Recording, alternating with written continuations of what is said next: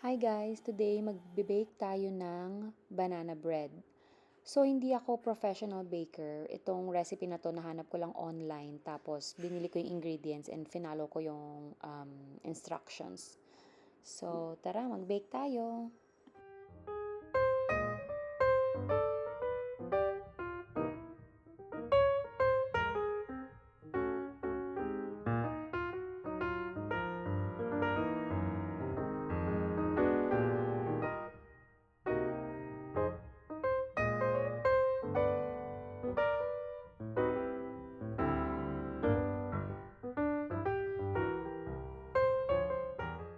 So ito nga pala guys, kahit wala kayong mixer pwede to. Pwede siyang i-ano ng by hand lang. Kaya lang ginamit ko lang yung mixer para sa i-cream yung butter tsaka yung sugar. Tapos ayan, minash ko lang yung banana.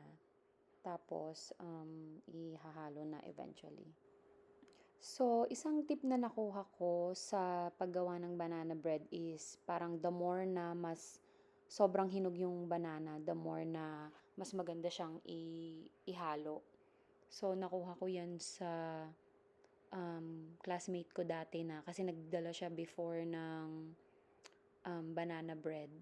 And then like super sarap. Tas ayun, tinanong-tanong ko siya. Siyempre, ayaw niyang ibigay yung the whole recipe pero yun nagbigay siya ng mga tips kung ano yung mga ginagawa niya. Tas yun, isa nga yun yung paggamit ng overripe banana.